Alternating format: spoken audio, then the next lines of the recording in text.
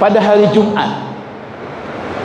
Jumat ini Rasulullah usai mendirikan sholat Jumat kemudian tertidur sedikit dan bermimpi pada saat itu. Rasulullah bermimpi pedang yang dimilikinya itu bengkok. Ya. Kemudian ada beberapa hewan yang tersembelih dan Rasulullah berjalan ke sebuah tempat yang kokoh.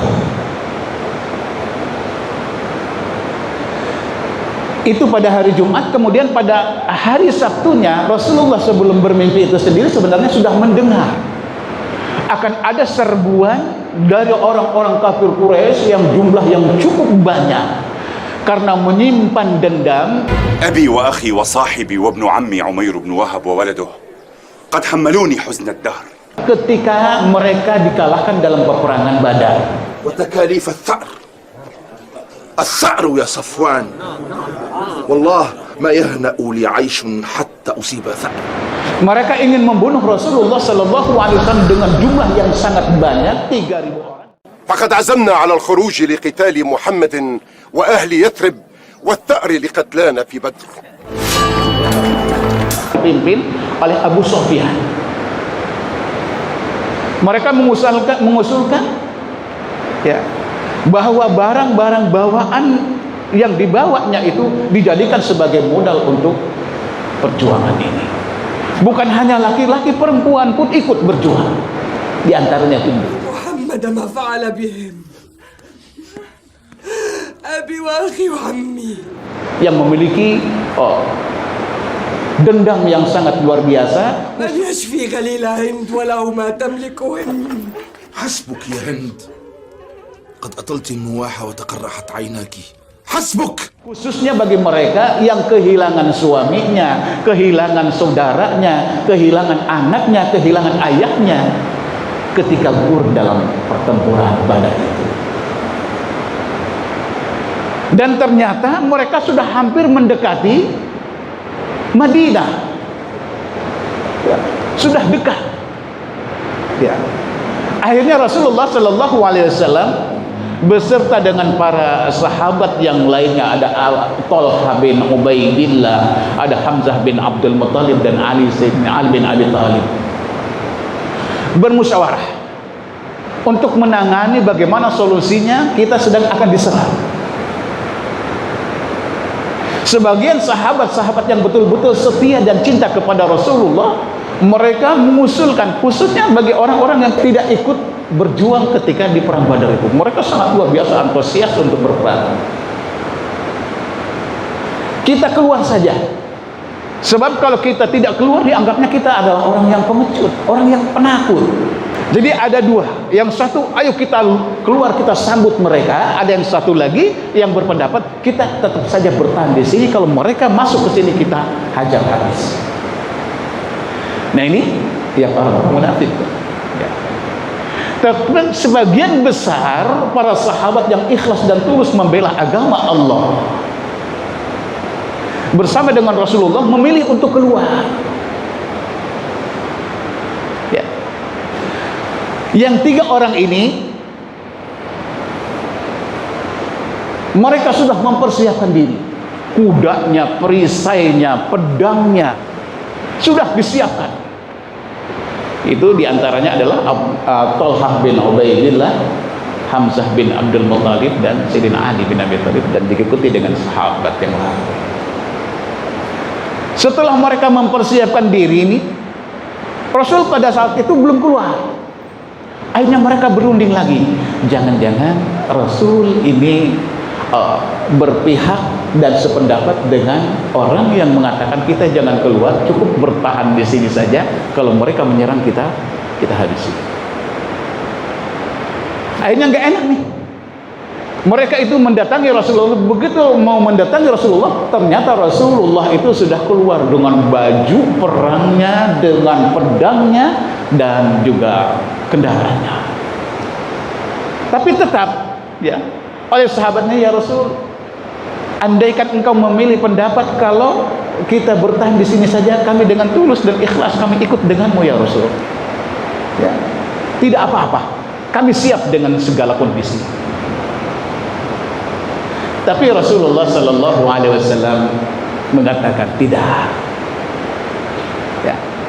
Ini tidak mungkin terjadi sebagai seorang nabi, sebagai seorang rasul kalau sudah mengenakan baju perang, mempersiapkan diri untuk maju ke medan tempur, kemudian berhenti dan tidak jadi.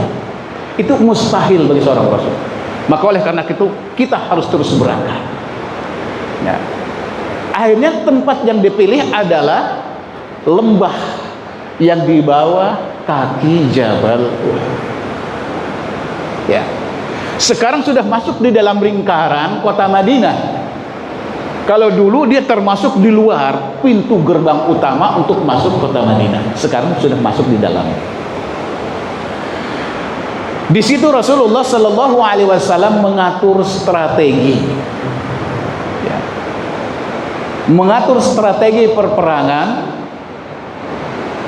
Dari 700 orang ini dipilih, ya, yang memang memiliki suatu keahlian tersendiri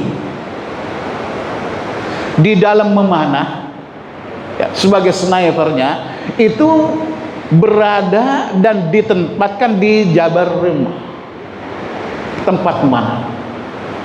50 orang yang dipimpin oleh Abdullah bin Jubair. Gitu. Kalau sudah diambil 50 orang untuk sebagai pemanah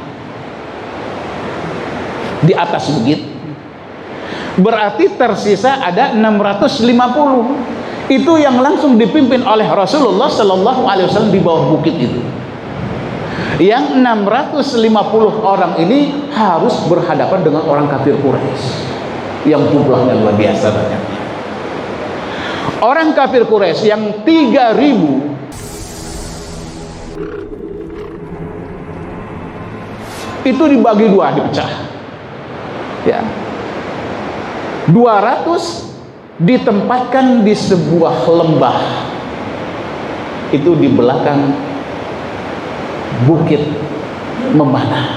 Mereka memantau, yang dipimpin oleh Khalid bin Walid sebelum masuk Islam. ليت أخاك الوليد كان مثلك يا خالد.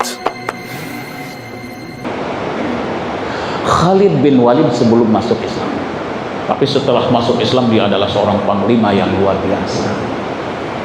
Ya.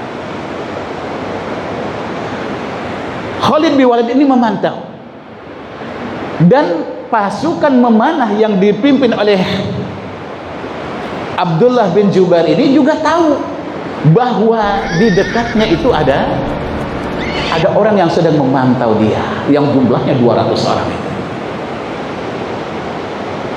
Ya. Kemudian yang dari depan yang langsung dihadapi oleh Rasulullah beserta dengan sahabat yang lain yang jumlahnya 650 orang itu ada 2.800 berhadapan dengan 650. Kita bisa bayangkan, kalau orang tidak memiliki nilai keimanan yang kuat, sudah ciut dia punya mental. Tapi mental yang membaca, yang didorong dengan keimanan, yang menghujam di dalam dada. Rasulullah sudah berpesan kepada pemimpinnya dan seluruhnya yang berjumlah 50 orang itu. Ya'murukum Rasulullah an talzamu makanakum. لا تبرحوه حتى لو رأيتمونا تخاطفنا الطير. Dalam keadaan apapun tidak boleh turun dari bukit ini. Saudara, Rasulullah Sallallahu Alaihi Wasallam beserta dengan sahabatnya memiliki suatu prinsip, kalau sudah menggunakan baju perang harus terus maju sebagai pemenang atau sebagai syahid di jalan Allah. Saudara-saudara, hanya terhitung menit strategi yang dibuat oleh Rasulullah Sallallahu Alaihi Wasallam berhasil.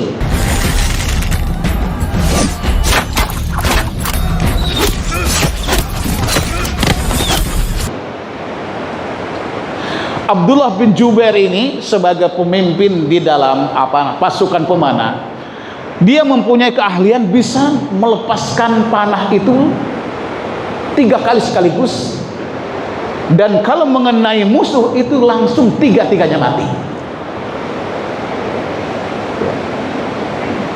Kemudian pasukan yang di bawahnya, andaikan saja mereka itu melemparkan panah, 1 panah saja, sekali lempar sudah 50 orang mati. Sehingga banyak mayat-mayat yang bergelimpangan pada saat itu, dan kemenangan ada di pihak umat Islam.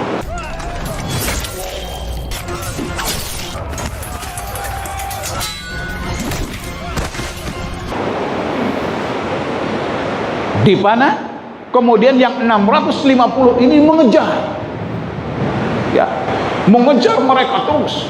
Yang 2.800 orang itu dikejar oleh pasukan Rasulullah yang berjumlah 650, dikejar.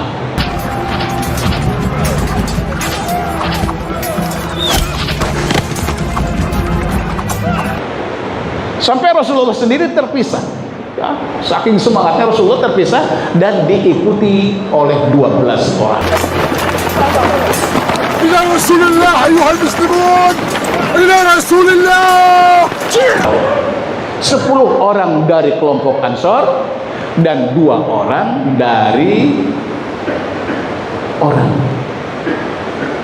Quraisy yang hijrah bersama dengan Rasulullah. Ini saudara-saudara, setelah jauh melesat sampai orang-orang itu, wanita yang ikut berperang juga itu naik ke atas itu.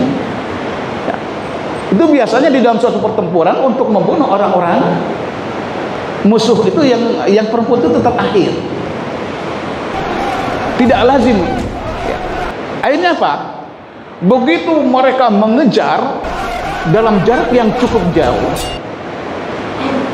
pasukan pemanah ini ada 43 orang menyaksikan, dan dia merasa senang karena sudah mendapatkan meraih kemenangan. Sehingga mereka yang 43 orang itu berinisiatif untuk ke bawah turun, melanggar instruksi yang sudah Rasulullah Shallallahu Alaihi Wasallam sampaikan, jangan turun. Ya. Mereka turun ke bawah karena tertarik dengan ghanimah. Itu ada pedang, ada perisai, dan banyak berserakan ghanimah, harta rampasan itu diberserakan di bawah, yang menarik hati mereka untuk mengumpulkan dan mengambilnya. Padahal ghanimah itu, harta rampasan perang itu, kalau diambil siapapun yang mengambilnya harus dikumpulkan kepada komandannya, kepada Rasulullah, kemudian nanti orang Rasulullah akan dibagi-bagikan kepada seluruh para prajurit yang ikut bertempur. Ya. Mereka lupa instruksi Rasulullah, turun ke bawah, dipungutin tuh. Ghanimah yang ada itu dipungutin oleh mereka. Ya. Nah, hal yang semacam ini, situasi yang seperti ini dimanfaatkan oleh Khalid bin Walid beserta pasukannya yang berjumlah 200 orang ini. Mereka membuat satu manuver.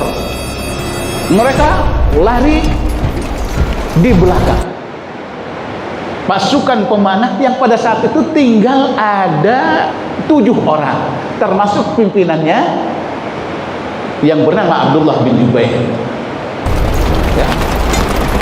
Sebenarnya Abdullah bin Jubair sendiri menginstruksikan, ingat, kita diinstruksikan oleh Rasulullah untuk tidak meninggalkan bukit ini.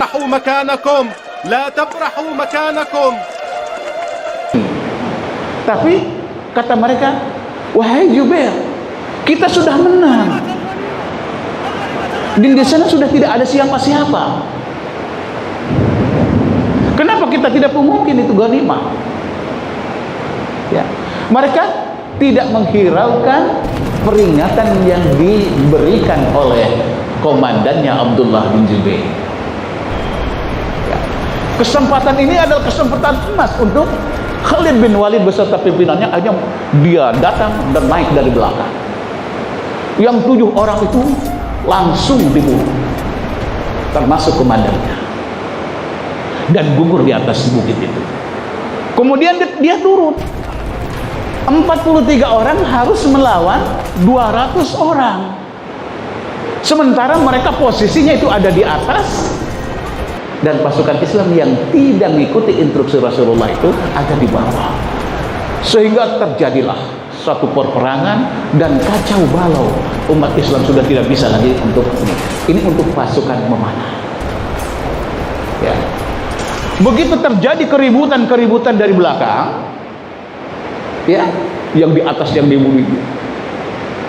Terjadi keributan dari belakang di atas bukit itu. Kemudian yang 43 orang ini dia lari, menyelamatkan diri, lari.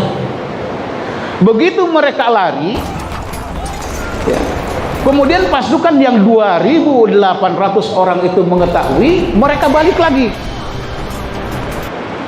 Sehingga yang 43 orang itu lari menghindar pasukan yang di bawah pimpinan Khalid bin Walid. Kemudian pasukan yang 2.800 orang itu dia balik lagi, yang dari tengah-tengah yang dipimpin oleh Rasulullah, sehingga berada posisi terjepit ada di tengah-tengah.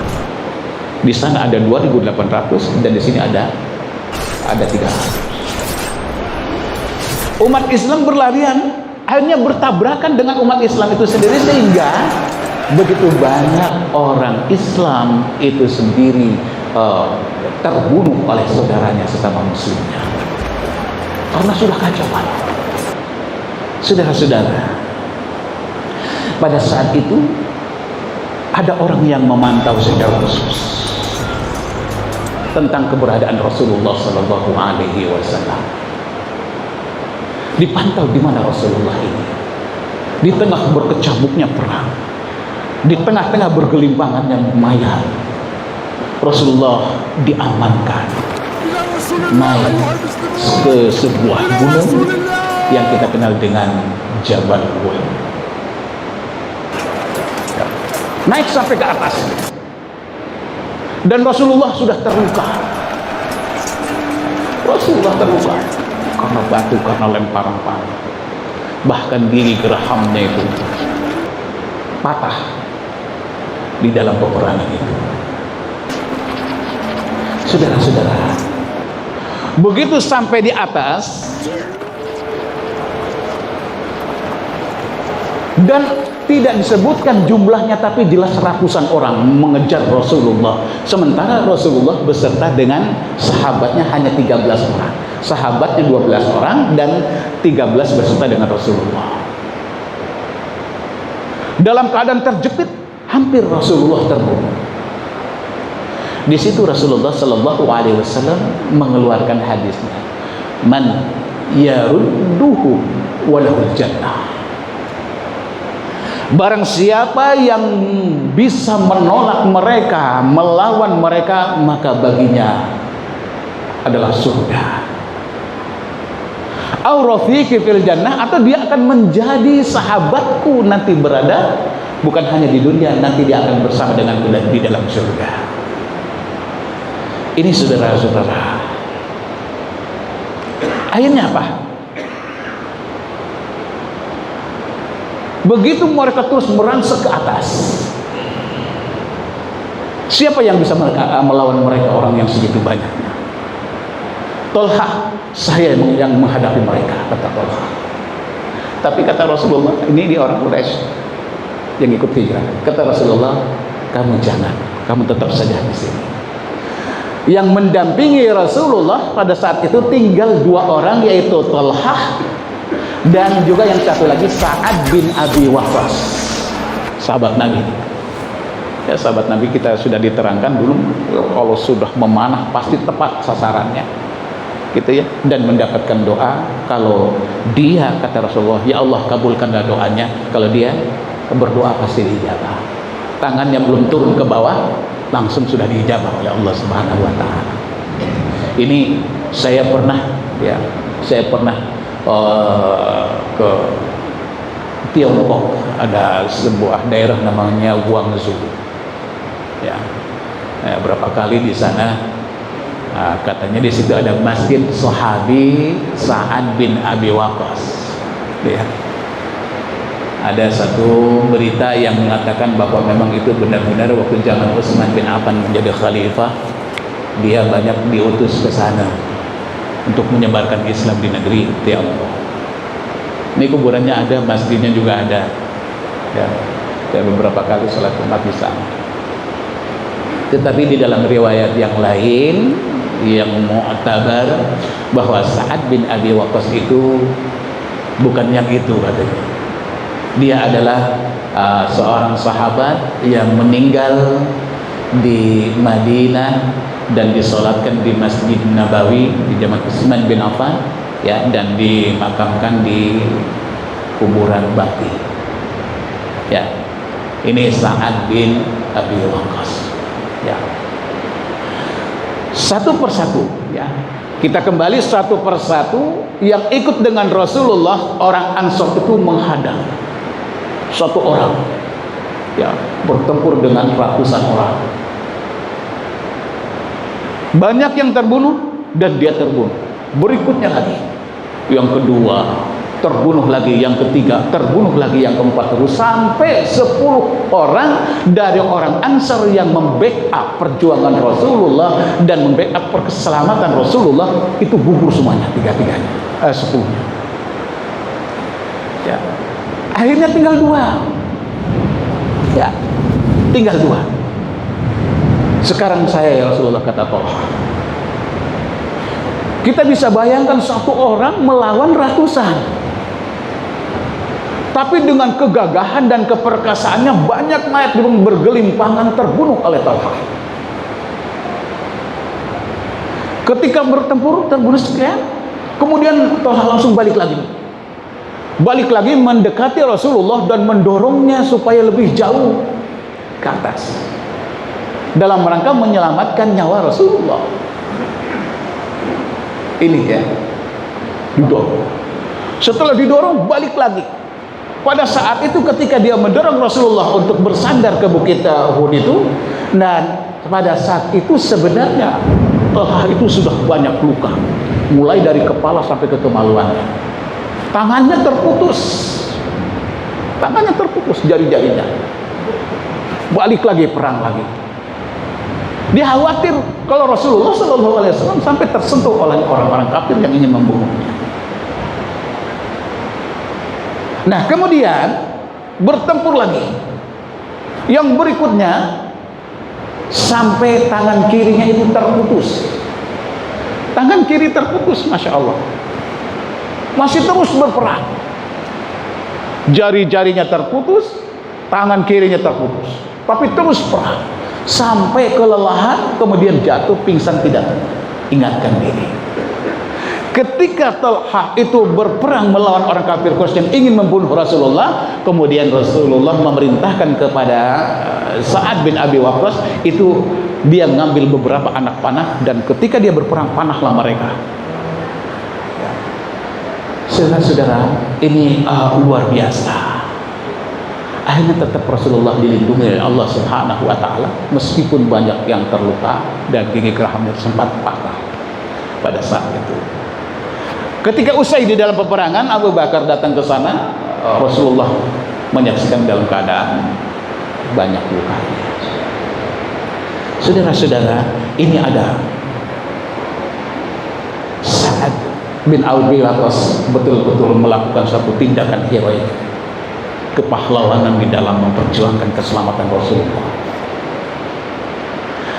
Sampai ketika terputus itu, tangannya terputus, jarinya terputus pada saat itu, saking sakitnya Rasulullah ya mendengar saat bin Waqqas mengadu, aduh, dia bilang sakit. Ini manusiawi. Tapi apa kata Rasulullah sallallahu alaihi wasallam? Lau qulta bismillah. Ya. Kalau kamu mengucapkan mengganti kalimat aduh itu dengan bismillahirrahmanirrahim, la rafa'atkal malaikah wan nasu yanzuru. Kalau seandainya kamu ganti kalimat aduh itu tidak mengeluh dengan mengatakan bismillahirrahmanirrahim, ya, bismillah, maka malaikat itu akan mengangkatmu. Lataratul malaikah, akan dibawa terbang oleh malaikat, dan manusia yang ada pada saat itu menyaksikan di mana kamu terbang dibawa oleh malaikat. Kemudian di dalam riwayat yang lain dinyatakan kalau seandainya laukulta bismillah, kamu ganti kalimat adu itu dengan bismillahirrahmanirrahim, maka Allah akan memperlihatkan baitan fil jannah, yaitu istana berada di dalam surga. Wa tahayyun fid dunya, ya. Kamu akan melihat tempatmu nanti berupa istana yang ada di dalam surga, dan orang-orang menyaksikannya sementara kamu masih hidup di dalam dunia. Jadi hidup di dalam dunia sudah diperlihatkan pahala daripada jihad itu, masuk surga dan diberikan istana di sana. Sudahlah, hadirin yang dimuliakan oleh Allah Subhanahu wa taala. Inilah satu pertempuran yang sangat dahsyat dan luar biasa, di mana umat Islam sudah tidak ada takut sedikitpun menghadapi apapun yang membahayakan dan berapapun jumlahnya musuh yang dihadapi, karena kematian yang diharapkan adalah kematian sebagai seorang syahid.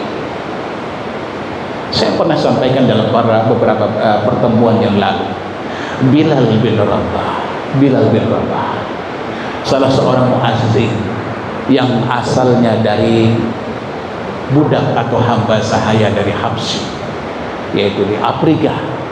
Muadzin Rasulullah sallallahu alaihi wasallam selalu ikut bertempur dengan Rasulullah, ya, selalu ikut.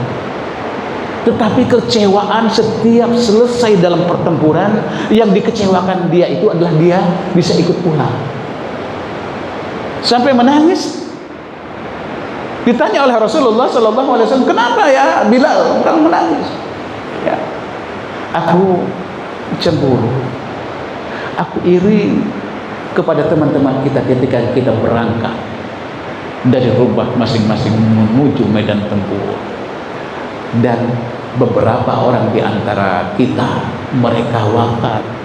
Umumnya kita ingin, kalau dalam satu perangan kita ingin selamat, ya, dari bahaya musuh. Tapi Bilal bin Rabah itu ingin mati di medan tempur, karena kematian yang disebabkan karena kekalahan di dalam suatu pertempuran adalah kematian yang terhormat. Maka ada pepatah mengatakan, ish kariman au mut syahidan, hiduplah dengan hidup yang mulia, menegakkan kebenaran, membawa dan mengekstafaskan perjuangan Rasulullah untuk menegakkan i'la'an li kalimatillah. Kalau tidak itu, maka matilah dalam keadaan syahid. Saudara-saudara hadirin yang dimuliakan oleh Allah Subhanahu wa taala, saya kira ini saja yang dapat saya sampaikan. Sebenarnya banyak, ya, dan sangat panjang kalau kita berbicara dengan masalah sebuah peristiwa perang Uhud ini, ya, karena keterbatasan waktu, maka ini saja yang dapat saya sampaikan. Mudah-mudahan kita bisa meneladani spirit, ya, semangat perjuangan Rasulullah dan para sahabatnya dalam menegakkan izzul Islam wal muslimin. Terima kasih atas perhatiannya, ya. Hadanallah iyaya wa iyyakum ajma'in. Allahumma shalli ala sayyidina Muhammad wa ala ali sayyidina Muhammad. Allahumma shalli ala sayyidina Muhammad wa ala ali sayyidina Muhammad. Allahumma shalli ala sayyidina Muhammad wa ala ali sayyidina Muhammad. Mudah-mudahan sirah nabawiyah yang selalu kita kaji dan kita bahas bersama-sama ini mengingatkan kita kembali akan perjuangan Rasulullah beserta para sahabatnya, dan mudah-mudahan ini adalah merupakan salah satu perwujudan rasa cinta kita, rasa mahabbah kita kepada Rasulullah sallallahu alaihi wasallam, dan tergolong sebagai umatnya. Man ahabbani kana ma'i fil jannah. Barang siapa yang mencintai aku, maka dia niscaya akan bersama denganku berada di dalam surga. Amin amin ya rabbal alamin. Hadanallah iyaya wa iyyakum ajma'in. Assalamualaikum warahmatullahi wabarakatuh.